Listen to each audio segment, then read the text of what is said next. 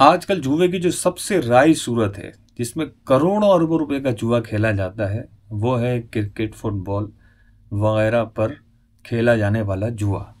जी हाँ, इसकी मुख्तलिफ सूरतें हैं। बाज़ औक़ात टीम वाइज़ जुआ खेला जाता है। दो टीमों का जब मुकाबला होता है तो किसी एक टीम पर ये जुआ लगाया जाता है, जीतने की सूरत में या हारने की सूरत में।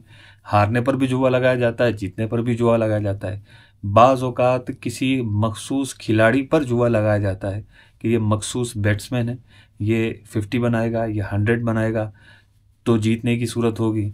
इसी तरह मख़सूस बॉलर पर जुआ लगाया जाता है कि ये बॉलर ज़्यादा विकेटें लेगा, इस पर जुआ लगाया जाता है। तीसरी सूरत ये होती है कि हर गेंद पर जुआ लगाया जाता है।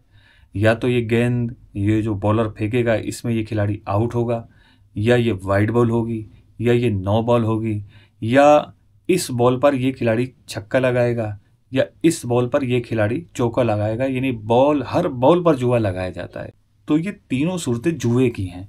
और जुआ क्या है कि जिसमें जीतने की सूरत में पराया माल मिलने की उम्मीद हो और हारने की सूरत में अपनी रकम डूबने का खतरा हो।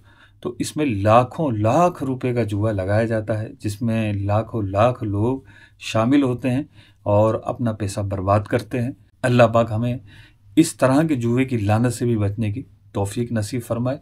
वीडियो को लाइक कीजिए और ज़्यादा से ज़्यादा शेयर कीजिए ताकि ये पैगाम उन लोगों तक पहुँचे जो इस तरह की बुराई में मुब्तला हैं और वो बचने की कोशिश करें कि ये एक नाजायज़ और गुनाह है और इससे आने वाली जो आमदनी है वो भी जायज़ नहीं है कि ये जुए का माल है और जुए का माल हराम है, नाजायज़ है। ये ख़ुद भी खाएंगे या अपनी औलाद को खिलाएंगे तो उसकी नहूसतें इनमें भी और इनकी औलाद में भी उतरेंगी। अल्लाह पाक हमें महफूज फरमाए। आमीन।